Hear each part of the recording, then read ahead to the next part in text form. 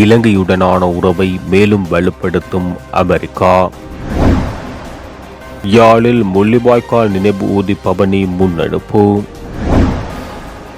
டலஸ் அழகப்பெரும தலைமையில் கிளிநொச்சியில் இடம்பெற்ற முக்கிய கலந்துரையாடல். சீனாவின் ஆதிக்கத்திலிருந்து தப்பி பிழைக்க முடியாத ஆபத்தில் இலங்கை. தமிழர்களுக்கு ஒரு நீதி, சிங்களவர்களுக்கு ஒரு நீதி, சுமந்திரன் விசனம். இந்திய இலங்கை கடற்தொழிலாளர் பிரச்சினைக்கு தீர்வு, விரைவில் இடம்பெறவுள்ள பேச்சுவார்த்தை. அரச விடுதியில் மது அருந்திய வடக்கின் அதிகாரிகள், கல்வி அமைச்சுக்கு கடிதம். இரட்டை குடியுரிமை சர்ச்சை, விவரங்களை பகிரங்கப்படுத்துமாறு கோரிக்கை.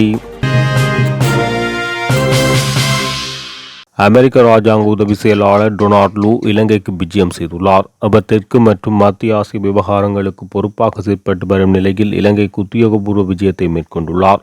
இலங்கை, இந்தியா, பங்களாதேஷ் ஆகிய நாடுகளுக்கு இம்மாதம் 10 முதல் 15 வரையான காலப்பகுதிக்குள் உத்தியோகபூர்வ விஜயத்தை மேற்கொள்ளும் நிலையில் அவர் நேற்றைய தினம் இலங்கை வந்துள்ளார். குறித்த நாடுகளுக்கு இடையிலான விஜயத்தின் மூலம் சுதந்திரமானதும் சுபீட்சமானதுமான இந்திய பசிபிக் பிராந்தியத்தை கட்டி எழுப்புவதற்கு அமெரிக்கா வழங்கி வரும் ஆதரவை வெளிப்படுத்துவதையும் குறித்த நாடுகளுடன் அமெரிக்காவின் தொடர்புகளை மேலும் வலுப்படுத்துவதுமே பிரதான நோக்கம் என அறிவிக்கப்பட்டுள்ளது. வரலாற்று சிறப்புமிக்க வெற்றாப்பளை கண்ணகியம்மன் ஆலய வருடாந்த பொங்கல் உற்சவத்தை முன்னிட்டு நேற்று தீர்த்தமெடுக்கும் நிகழ்வு இடம்பெற்றது. வரலாற்று சிறப்புமிக்க வெற்றாப்பளை கண்ணகியம்மன் ஆலய வருடாந்த பொங்கல் உற்சவம் எதிர்வரும் 20 திங்கட்கிழமை சிறப்பாக இடம்பெறவுள்ளது. குறித்த ஆலயத்தில் பொங்கல் நிகழ்வு நடாத்துவதற்கு முன்பாக கடல் தீர்த்தம் எடுத்து விளக்கு எரிக்கும் நிகழ்வு ஒவ்வொரு முறையும் நடாத்தப்படுகின்றமை வழமையாகும். அதற்கமைய இம்முறையும் கடல் தீர்த்தம் எடுத்து வரப்பட்டு முள்ளியவளை காட்டா விநாயகர் ஆலயத்துக்கு எடுத்து செல்லப்பட்டு அங்கு பானையில் இடப்பட்டு அதன் பின்னர் உப்பு நீர் விளக்கு எரிய விடப்படும். குறித்த விளக்கு தொடர்ந்து எரிய விடப்பட்டு எதிர்வரும் ஞாயிற்றுக்கிழமை காட்டா விநாயகர் ஆலயத்தில் பொங்கல் நிகழ்வு நடைபெறும். அதனைத் தொடர்ந்து மறுநாள் திங்கட்கிழமை 20 அதிகாலை இந்த உவர்நீர் விளக்கானது மணிப்பண்டங்களுடன் காட்டா விநாயகர் ஆலயத்தில் இருந்து வெற்றாப்பளை கண்ணகியம்மன் ஆலயத்துக்கு கொண்டு செல்லப்பட்டு அதன் பின்னரே வெற்றாப்பளை கண்ணகியம்மன் ஆலய பொங்கல் உற்சவத்துடன் நிறைவடைய உள்ளமை குறிப்பிடத்தக்கது. இலங்கை தமிழரசு கட்சியின் பாராளுமன்ற முன்னாள் உறுப்பினர் ஈஸ்வரபாதம் சரவணபவனின் ஏற்பாட்டில் வட்டுக்கோட்டை தொகுதி கிளையினால் முள்ளிவாய்க்கால் கஞ்சி விநியோகம். முள்ளிவாய்க்கால் நினைவு ஊர்தி பவனி நேற்று காலை 10:30 மணியளவில் சாவச்சேரி பேருந்து நிலையத்துக்கு அண்மையில் சிவன் ஆலயத்தில் திருமதி சசிகலா ரவிராஜின் தலைமையில் முன்னெடுக்கப்பட்டது. இதன் பொழுது முள்ளிவாய்க்கால் மண்ணில் உயிர் நீத்தவர்களை நினைவு கூறி பொதுச்சுடர் முன்னாள் போராளியும் முன்னாள் உபதவிசாளருமான விஜயனால் ஏற்றி வைக்கப்பட்டு தொடர்ச்சியாக இகைச்சுடர் ஏற்றி அகவணக்கம் செலுத்தி மலரஞ்சலியும் செலுத்தப்பட்டது. தொடர்ந்து முள்ளிவாய்க்கால் நினைவு கஞ்சியும் விநியோகிக்கப்பட்டது. இதனைத் தொடர்ந்து தமிழின படுகொலை அடையாளப்படுத்தும் முள்ளிவாய்க்கால் நினைவு ஊர்தியும் இதேவேளை முள்ளிவாய்க்கால் கஞ்சியும் விநியோகிக்கப்பட்டது. இதன் பொழுது முள்ளிவாய்க்கால் கஞ்சியின் வரலாற்றினை உள்ளடக்கிய துண்டு பிரசுரமும் வழங்கி வைக்கப்பட்டது. தொடர்ந்து படுகொலை செய்யப்பட்ட மாமனிதர் பாராளுமன்ற முன்னாள் உறுப்பினர் ரவிராஜின் திருவுருவ சிலை முன்றலிலும் முள்ளிவாய்க்கால் நினைவு கஞ்சி விநியோகிக்கப்பட்டது. இதேவேளை தொடர்ந்து கொடிகாமத்தில் இன்றும் வடமராட்சியில் 15 கோப்பாய், மானிப்பாய், நல்லூர் பிரதேசங்களிலும் 16 வட்டுக்கோட்டையிலும் 17 பேரணையிலும் 18 காரைநகரிலும் பயணிக்கும்.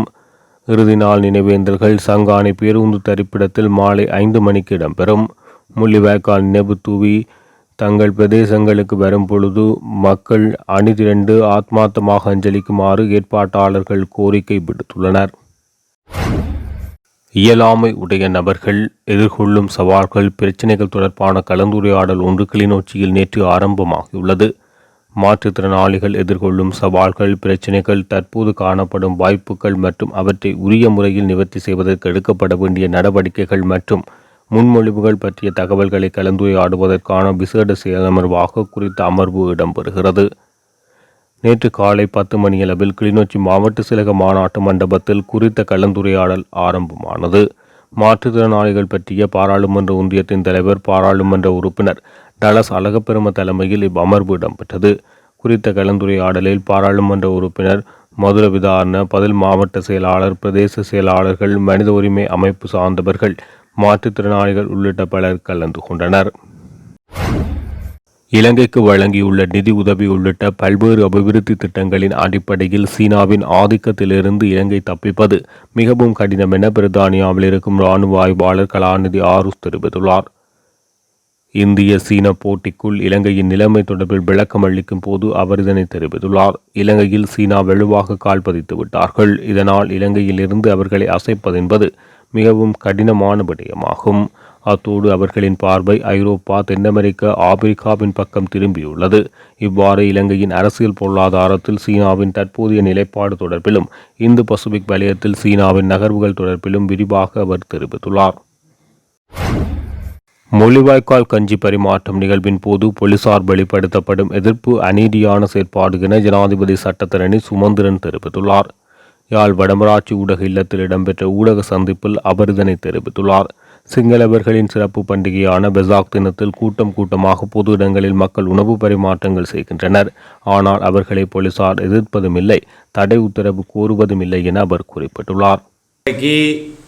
முள்ளிவாய்க்கால் நினைவு வாரம் தொடர்ச்சியாக நடைபெறுகிறது. நேற்றைய தினம் ஆரம்பித்து 18ஆம் தேதி வரைக்கும் இந்த இறுதி நாட்களிலே எங்களுடைய மக்கள் சந்தித்த பேரவலங்களை நாங்கள் நினைவு கூர்ந்து கொண்டிருக்கிறோம்.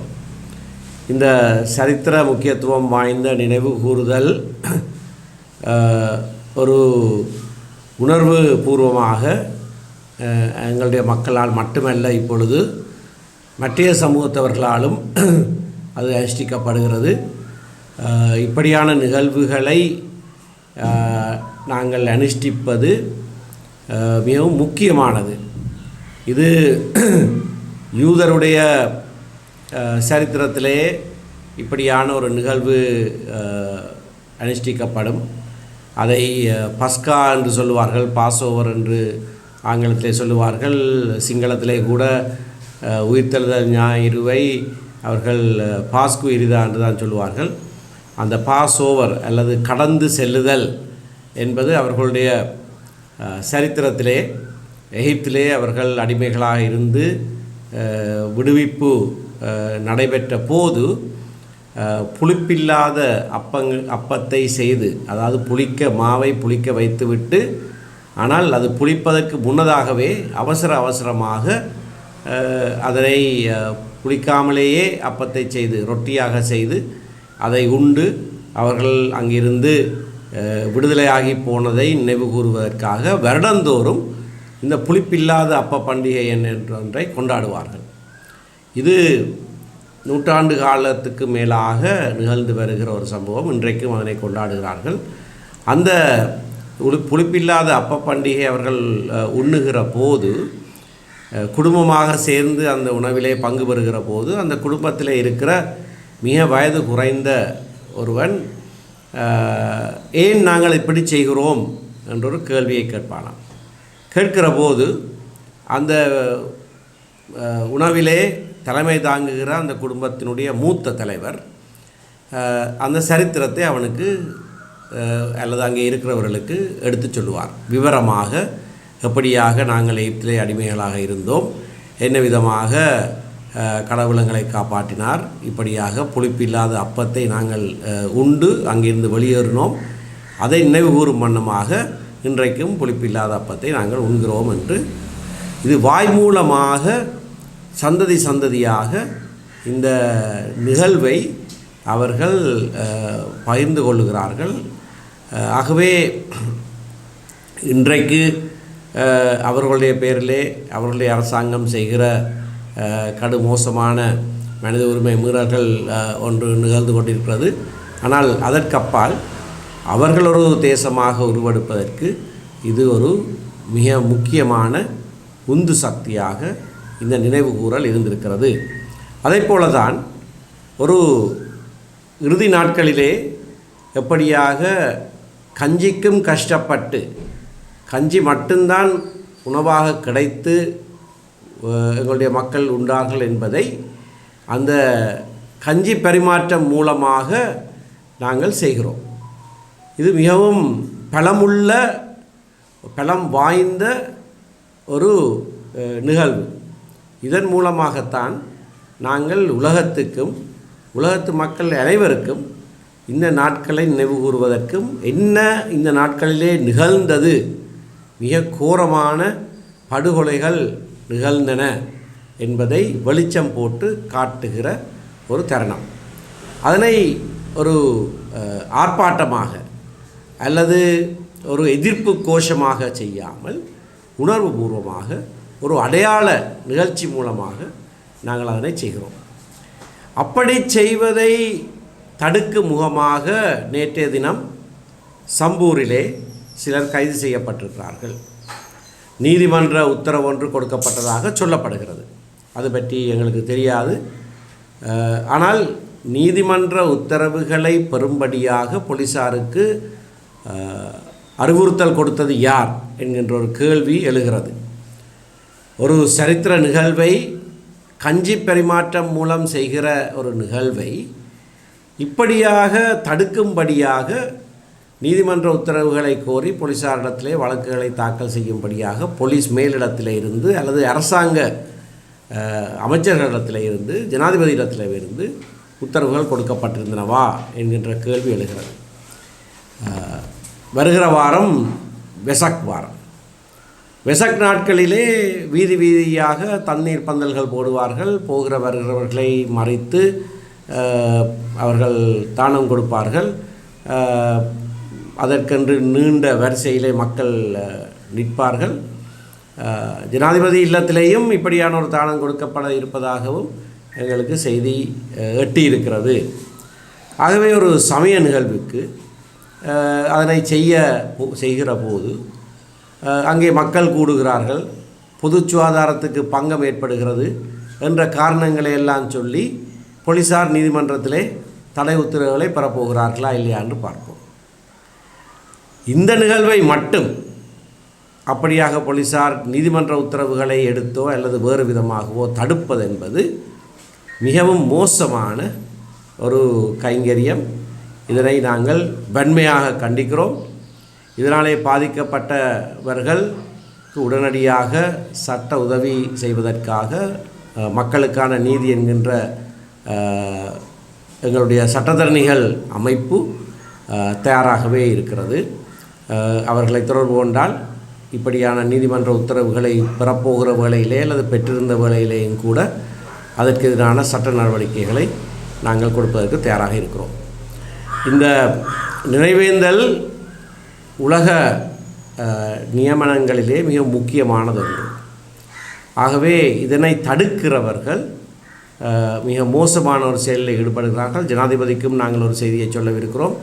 உங்களுடைய கட்டளையின் பேரில் அல்லது உங்களுடைய அமைச்சர்களுடைய கட்டளையின் பேரிலே இந்த தடுக்கிற நடவடிக்கைகள் எடுக்கப்படுமாக இருந்தால் வரப்போகிற ஜனாதிபதி தேர்தலிலே எங்களுடைய மக்களுடைய வாக்குகளை கேட்டு இந்த பக்கம் வர வேண்டாம். மற்ற தலைவர்களிடத்திலையும் நாங்கள் இதனை சொல்லுகிறோம். எங்களுடைய மக்கள் உணர்வுபூர்வமாக தங்களுக்கு நிகழ்ந்தவற்றை அனுஷ்டிக்கிறதை தடுக்கிற விதமாக அல்லது அப்படியான ஒரு செயற்பாட்டை நீங்கள் அங்கீகரிக்கவில்லை என்று சொன்னால் இங்கே எங்களுடைய மக்களுடைய வாக்குகள் கேட்டு வர வேண்டாம் என்பதையும் நான் சொல்லி வைக்க விரும்புகிறேன். இதை சொல்லுகிற வேளையிலே அதற்காக நாங்கள் ஒரு பொது வாக்கெடுப்பு அடையாளமாக பொது வேட்பாளர் ஒருவரை, தமிழ் வேட்பாளர் ஒருவரை நிறுத்தப் போகிறோம் என்று சொல்லுகிறவர்களுக்கு ஆதரவாக சொல்லுகிற செய்தி அல்ல இது. அது வேறு விடயம். அது சம்பந்தமாக எங்களுடைய கட்சி வருகிற 19ஆம் தேதி சரியாக கலந்துரையாடி ஒரு தீர்மானத்தை நாங்கள் எடுப்போம். ஆகையினாலே அதுவரைக்கும் நான் அது சம்பந்தமான வேறு விடயங்களை இப்பொழுது தெரிவிக்க விரும்பவில்லை. ஏற்கனவே எங்களுடைய கட்சியுடைய பெருந்தலைவர் இதிலே அவசரப்பட்டு அப்படியான முடிவொன்றும் எடுத்துவிட வேண்டாம் என்று சொல்லியிருக்கிறார். அதற்கு முன்னரும் கூட இது ஒரு பொருத்தமற்ற நடவடிக்கை என்று அறிவித்திருக்கிறார். நாங்கள் அவருடைய கருத்தையும் மற்றவர்களுடைய கருத்தையும் சீராக ஆராய்ந்து நாங்கள் சரியான ஒரு முடிவுக்கு வருவோம்.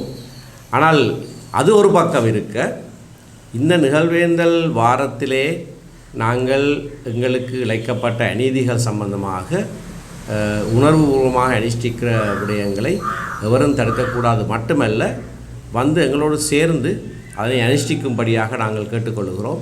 2 வருடங்களுக்கு முன்னர் காலிமுகத்திடலிலே இந்த நிகழ்வு அனுஷ்டிக்கப்பட்டது.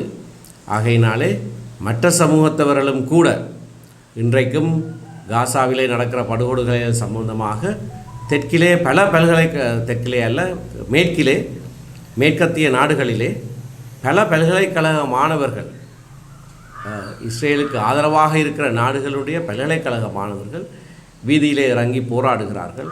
அமெரிக்காவிலே அதுக்கு எதிரான போராட்டம் நடக்கிறது. தங்களுடைய அரசாங்கம் செய்கிறது பிழையானது என்று சொல்லி போராட்டங்கள் நிகழ்கின்றன. ஆகவே எங்களுடைய நாட்டிலேயும் இப்பொழுது இந்த செய்திகள் இதற்கு முதல் இருட்டடிப்பு செய்யப்பட்டதாக இருந்திருக்கலாம். ஆனால் இப்பொழுது இந்த நிகழ்வுகள் எல்லாம் நிகழ்ந்தன என்பது தெளிவாக தெரிகிற வேளையிலே மற்ற சமூகத்தினரும் எங்களோடு சேர்ந்து இந்த நிகழ்விலே பங்கு பெற்றி அரசாங்கத்துக்கு அழுத்தத்தை கொடுக்க வேண்டும் என்று நாங்கள் அவர்களுக்கும் அழைப்பு விடுக்கிறோம். ஏற்கனவே நீங்கள் இந்த பொது வேட்பாளருடைய உங்களது நிலைப்பாடை தெளிவுபடுத்தியிருக்கிறீர்கள். ஆனாலும் இந்த பொது வேட்பாளருடைய யாரை தெரிவு செய்த என்பதை கூட கதை பேச்சுகள் இடம்பெற்று வருகின்ற பாராளுமன்ற உறுப்பினர் ஜனாதிபதி சட்டத்தரணி எம்.ஏ. சுமந்திரன் அவர்களை பொது வேட்பாளராக நிறுத்தலாம் என்று பேசப்பட்டிருக்கிறது. அது உங்களிடம் கோரப்பட்டதாக ஒரு கருத்து ஒன்று வெளியே செய்தி ஒன்று, அது உண்மையாக உங்களிடம் கோரப்பட்டதாக? உத்தியோகபூர்வமாக பலரும் சேர்ந்த இடத்திலே அப்படியான ஒரு கோரிக்கையை வைக்கவில்லை. ஆனால் இந்த பேச்சு ஆரம்பித்த வேளையிலே திரு சுரேஷ் பிரேமச்சந்திரன் என்னிடத்திலே ஒரு தடவை கேட்டிருந்தார். இப்படியான கருத்துக்கள் பகிரப்படுகிற போது எனக்கு பொருத்தமானவர் நீங்கள் தான் என்கின்ற சிலருடைய கருத்து தனக்கு சொல்லப்பட்டதாகவும் அதை குறித்து என்னுடைய நிலைப்பாடு என்னவென்றும் கேட்டிருந்தார். நான் அப்பொழுதே அவருக்கு என்னுடைய நிலைப்பாட்டை சொல்லியிருந்தேன். அப்படியாக தமிழ் பொது வேட்பாளர் என்கின்ற ஒரு போட்டியாளனாக நான் ஒருபோதும் தேர்தலில் போட்டியிட மாட்டேன். ஜனாதிபதியாக வருவதற்கு ஜனாதிபதி வேட்பாளராக யாராவது பொது வேட்பாளராக அல்லது பொது எதிரணி வேட்பாளராக என்னை களமிறங்க சொன்னால் அது வேறு விடயம். இந்த நாட்டிலே எந்த சமூகத்தவரும் எந்த சமயத்தவரும் எந்த மொழி பேசுகிறவரும் நாட்டின் ஜனாதிபதியாக வர முடியும், அதுக்கு போட்டியிட முடியும். ஆகையினாலே அப்படியான ஒரு சூழ்நிலையிலே நான் மட்டுமல்ல எவரும் அதற்கு போட்டியிடுவதற்கு அழைக்கப்பட்டால் அதை ஆராய்ந்து பார்க்க வேண்டும் என்பதுதான் என்னுடைய நிலைப்பாடு. ஆனால் தமிழ் மக்களுடைய அரசியல் அபிலாஷைகளை வெளிப்படுத்துவதற்கு ஒரு ஜனாதிபதி தேர்தலிலே ஒரு தமிழ் பொது வேட்பாளரை நிறுத்தி அந்த அபிலாஷைகள் வெளிப்படுத்தப்பட வேண்டும் என்கின்ற கருத்துக்கும் எனக்கும் இணக்கமில்லை. இந்திய இலங்கை கடத்தொழில் பிரச்சினைக்கு தீர்வு காண்பதற்கான பேச்சுவார்த்தையை ஆரம்பிப்பது குறித்த முறையான கோரிக்கையை இலங்கை கடத்தொழில் மற்றும் வெளிவகார அமைச்சர்களிடம் சமர்ப்பிக்க உள்ளதாக இந்திய பாரம்பரிய கடத்தொழிலாளர்கள் சங்க தலைவர் அன்னராசா தெரிவித்துள்ளார். இது குறித்து அவர் தெரிவிக்கையில், தமிழக இலங்கை வடமாகாண கடத்தொழிலாளர் சமூகத்தினரிடையே மீண்டும் பேச்சுவார்த்தையை ஆரம்பிக்க முடியும். இந்தியாவில் புதிய அரசாங்கம் பதவியேற்கும் வரையான காலத்துக்குள் தமிழக மற்றும் இலங்கையின் வடமாகாண கடத்தொழிலாளர்கள் சந்திப்பினை ஏற்படுத்தலாம். மேலும் 2016 நவம்பரில் புதுடெல்லியில் தமிழக இலங்கை பேச்சுவார்த்தையின் கடைசி சுற்று இடம்பெற்றது. இந்த நிலையில் முல்லைத்தீவு, மன்னார், யாழ்ப்பாணம் மற்றும் கிளிநொச்சி ஆகிய 4 மாவட்டங்களிலும் உள்ள பாரம்பரிய கடத்தொழிலாளர் சங்கங்களின் சம்மேளனத்தின் தலைவர் அன்னலிங்கம் அன்னராசாவினால் தனது தரப்பினர் பேச்சுவார்த்தைக்கு தயாராக இருக்கின்றனர் என தெரிவிக்கப்பட்டுள்ளது. அது மாத்திரமன்றி அண்மையில் இந்திய அரசியல் ஆர்வலர் ஒருவரினால் கனவாகி போன கச்சதீவு என்னும் தமிழ் புத்தகத்தின் திருத்தப்பட்ட பதிப்பு வெளியிடப்பட்டது. குறித்த நூலின் பாக்கு நிர்ணயம் நிலவும் கடத்தொழில் பிரச்சினை தொடர்பான பேச்சுவார்த்தை நடாத்துவது குறித்து தெரிவிக்கப்பட்டுள்ளமை குறிப்பிடத்தக்கது. இலங்கையில் தமிழர்களுக்கு துக்க தினத்தை அனுஷ்டிக்கும் உரிமை கூட இல்லை என மக்கள் பேரவைக்கான இயக்கத்தின் உறுப்பினர் ராஜ்குமார் ரஜீவ்காந்த் தெரிவித்துள்ளார். கொழும்பில் நேற்று இடம்பெற்ற ஊடக சந்திப்பில் அவர் இதனை தெரிவித்துள்ளார். திருகோணமலை சம்பூரில் முள்ளிவாய்க்கால் கஞ்சியை தயாரித்த பெண்களை நள்ளிரவில் வீடு புகுந்து போலீசார் மிக மோசமாக கைது செய்ததை அவர் வன்மையாக கண்டித்துள்ளார். இது தொடர்பில் தெரிவிக்கையில், முள்ளிவாய்க்கால் நினைவேந்தல் வடக்கு மற்றும் கிழக்கில் பழமையாக இடம்பெறும் விடயம்தான். இதனை அரசாங்கம் நன்கு அறியும். இந்த நிலையில் திருகோணமலை சம்பூரில் தாமாக முன்வந்து 3 பெண்கள் முள்ளிவாய்க்கால் கஞ்சியை தயாரிக்கும் நடவடிக்கையில் ஈடுபட்டுள்ளனர். குறித்த தரப்பினரை காவல்துறையினர் வலுக்கட்டாயமாக கைது செய்துள்ளனர். இது அடிப்படை உரிமைகளை மீறுகின்ற செயல். நினைவு கூறலின் போது உணவு வழங்குவது, பானங்களை வழங்குவது அடிப்படை உரிமையாகும். முள்ளிவாய்க்கால் வாரத்தில் நினைவு கூறல் நிகழ்வுகள் நாடு முழுவதிலும் சுமூகமான முறையில் இடம்பெறுவது உறுதி செய்யப்பட வேண்டும் என அவர் கோரிக்கை விடுத்துள்ளார்.